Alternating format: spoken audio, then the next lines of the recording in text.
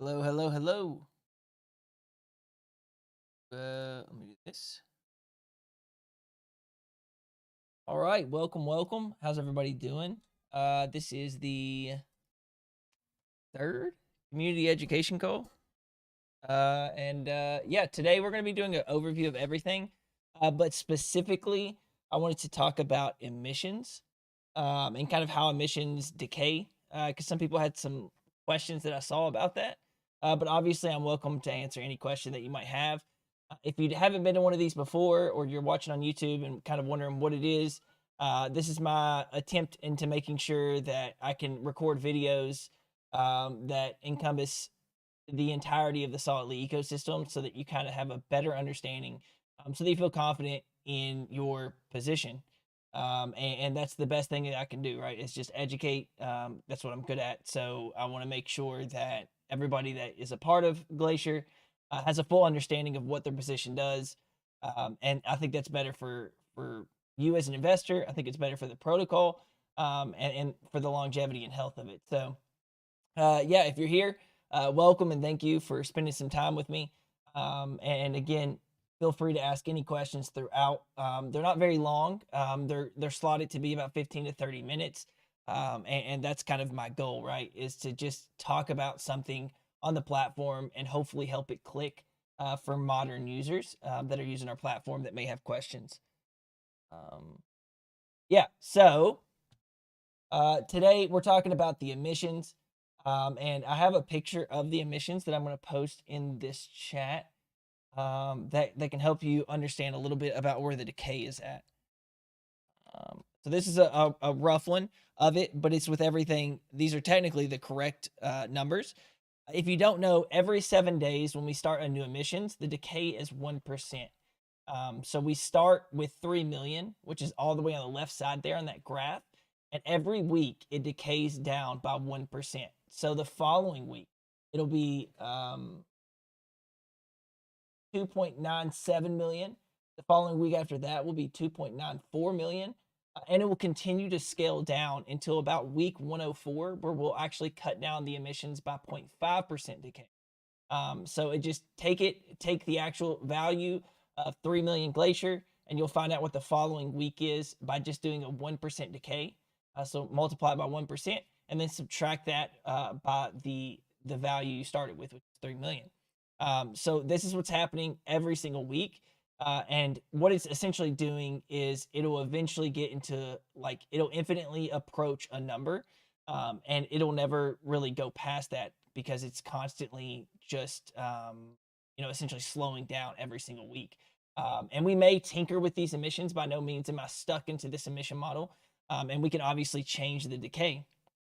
So the main goal there is that as Glacier expands, and is obviously inflation, we want to curb that inflation over time so that we have a distribution period of, let's say a year, where everybody's getting good amounts of Glacier, and we're building a strong foundation of users and price speculation and bringing health to this token, right? But we don't want it to turn into a farm and dump token. So eventually we want to scale back the emissions, which you could think, oh, wouldn't that result in lower APRs? And to some extent it may, but in another extent, as it tightens, right, as it tightens up the emissions and they continue to scale down, what you'll find is that, there may be price appreciation in that category. So it could be a trade-off of less tokens of Glacier, but higher value.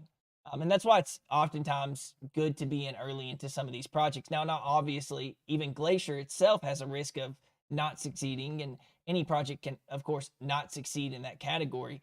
But, if it does succeed and you are holding a larger bag from being in very early and getting higher emissions, obviously that would result in a better payday later on, when there's much less Glacier going out to the ecosystem.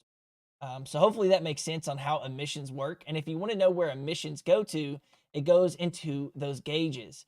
And gauges are literally just another word for farms, right? So you may be familiar in the DeFi world with farms. Gauges are really similar to that. And if you kind of want to see how the dynamic works of voting, structuring the next epoch's APR, right? Then I'm going to explain a little bit of that as well through the actual vote page, and I'll pull that up in just a second. Sorry, I'm reading some stuff.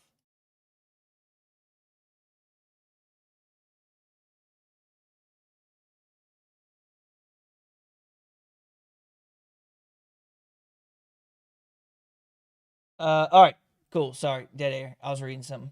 Let me change this over to the share screen. And so pull my calculator out. I'm a calc maxi for Windows, even though this calculator really does kind of suck on Windows.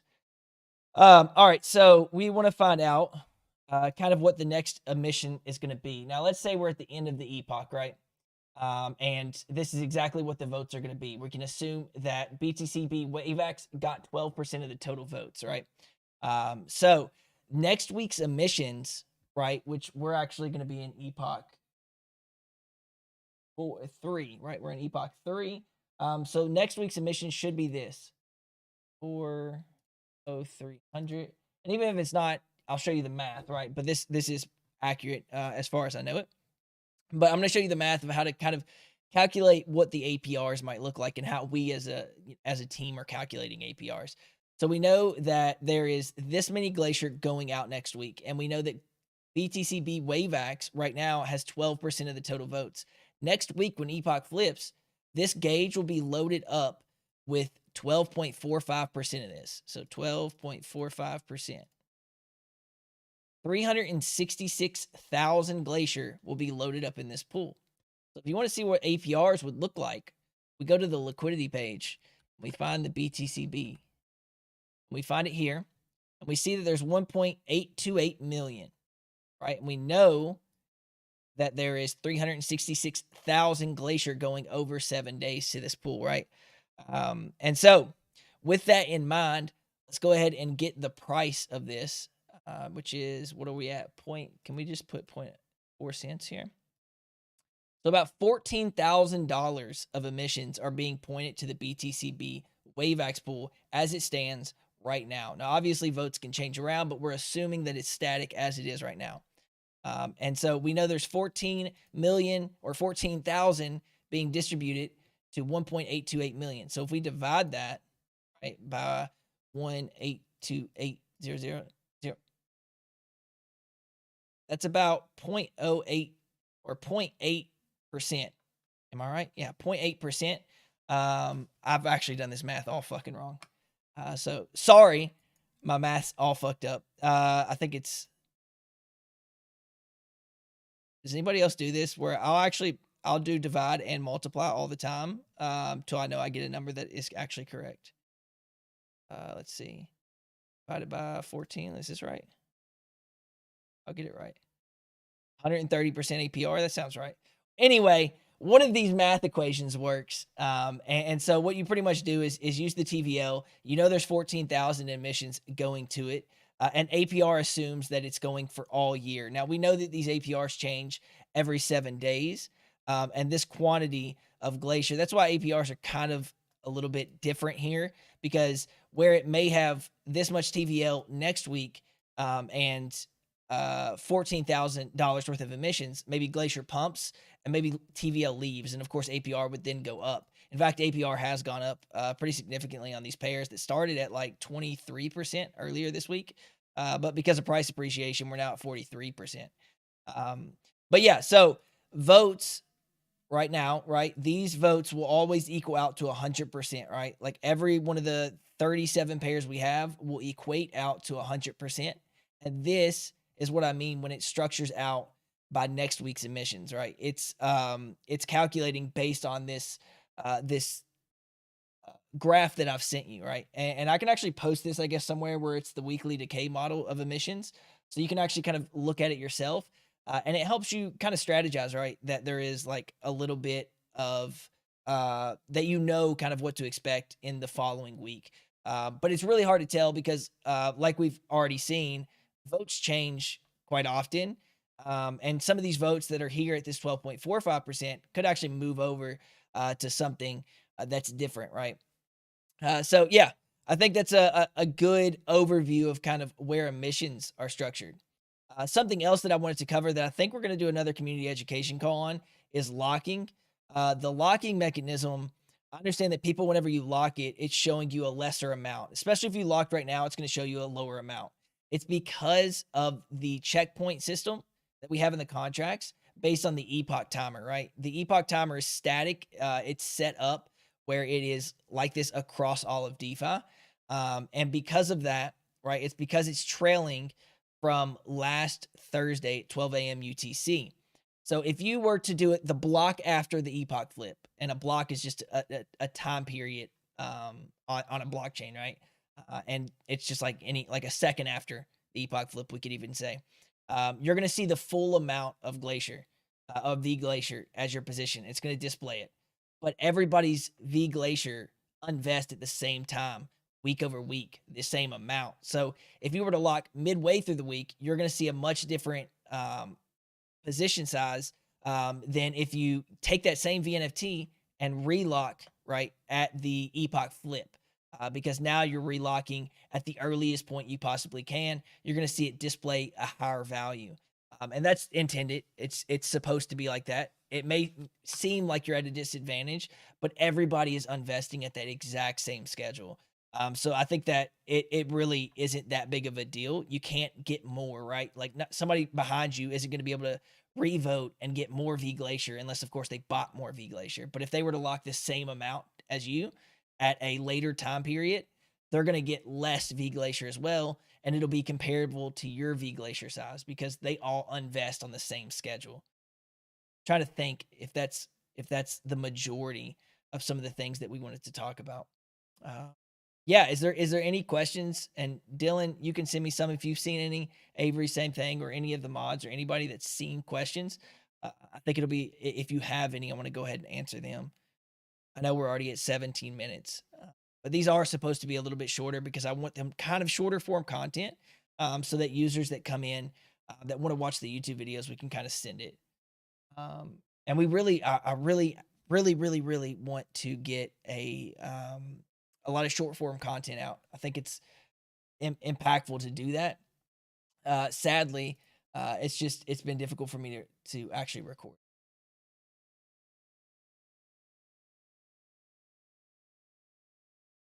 I'm actually at 12 minutes. Yeah, I mean that's still perfect timing. And it looks like nobody has a lot of questions. I've actually seen a lot of people from the chat, right, actually come up and answer a lot of questions, which is awesome. It means the education is working. It means that not everybody is as self-reliant not everybody is as reliant on the team and becoming more self-reliant, which really I know seems small, right? But it's a metric that I use to show community health, right? Like we've actually lost some Discord members, but our engagements kind of went up, and the type of engagement has gotten a lot better. The user base is starting to educate themselves, and I think that is one of the true pinnacles of a really strong foundation of a community. I think that we're going to get a lot more popular, and I think that we're going to have a hell of a lot more Discord members over this next month or two. But where we're at right now, we've built a heavy foundation that you all as users now will be able to educate the new members that come in with the similar questions, or you're able to look back at the content that I've been able to produce and send it to them. And I think that's going to be a huge strength. Let's look at some of these bribe APRs. The Glacier WaveX is looking juicy. 6,000. Of course, we, obviously went after that one. But right now, every 1,000 votes, by the way, is worth about $6.34. And I think that's at $40. So in 7 days, off a $40 vote, you'll earn about $6.34, if you were wondering. So this per 1,000 votes is referring to the Glacier. So 1,000 V Glacier would net you at this current time, which I wouldn't expect this to stay like this. Obviously, people are going to move votes over here because it's a little bit, it's not diluted right now. But if you didn't know, we had one of our higher volume days. We had over 500K volume today at certain points. The WaveX USDT pool has performed remarkably well.